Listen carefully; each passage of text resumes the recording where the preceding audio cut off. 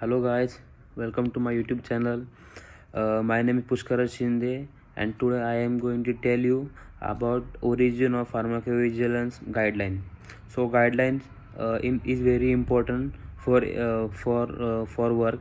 Guidelines give us proper rules and regulation for doing work. So let's start with the PV. PV has originated in 170 years ago, but in starting it does not have that name. And the main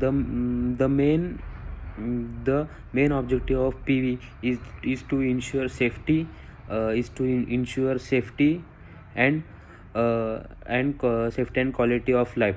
So according to WHO, PV is the science and activity related to the detection, assessment, understanding and prevention of adverse effect of drug and vaccine.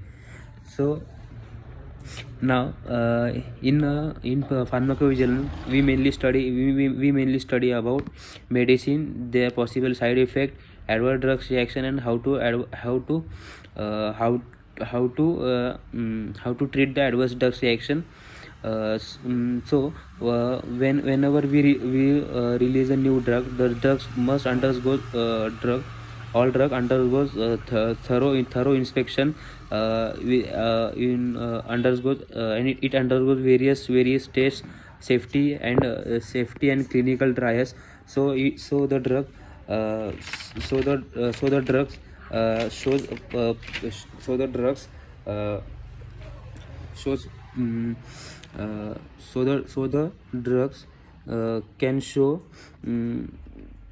proper efficacy and provide proper safety to its consumer or patient. So for making this medicine, we must have proper guidelines, so that we can ensure that all steps and all procedure has been followed. So for in PV, the guidelines is given by ICH. So now what is ICH? ICH means International Conference of Harmonization. So ICH gives various guidelines related to the manufacturing, their safety, and various process about research and development, and what standards should be maintained while we are researching and developing new drug. So ICH so now ICH has been created by WHO, World Health Organization, and ICH has published number of documents and standard and safety for both clinical and preclinical guidelines for the development of new drug. Now ICH has been divided into four categories. The first ICH guidelines has been divided into four categories. The first one is quality guidelines, second one is safety guidelines, third one is efficacy guidelines, and fourth one is multidisciplinary guidelines. So we begin with the quality guidelines. In this guideline, ICH give guidelines about how to maintain quality and how to establish quality of pharmaceutical product, and what quality should pharmaceutical product have.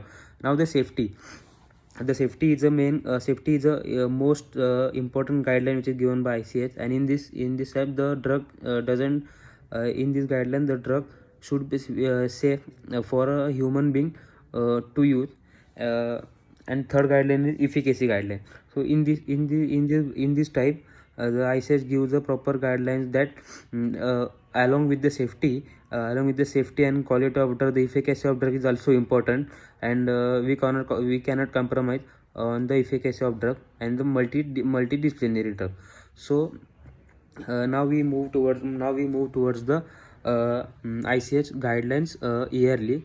So in 1848, with the Hannah's death, the first pharmacovigilance test has been started. After that, in 1937, solvent dimethyl, due to solvent glycol dimethyl, number of people has been died in the USA.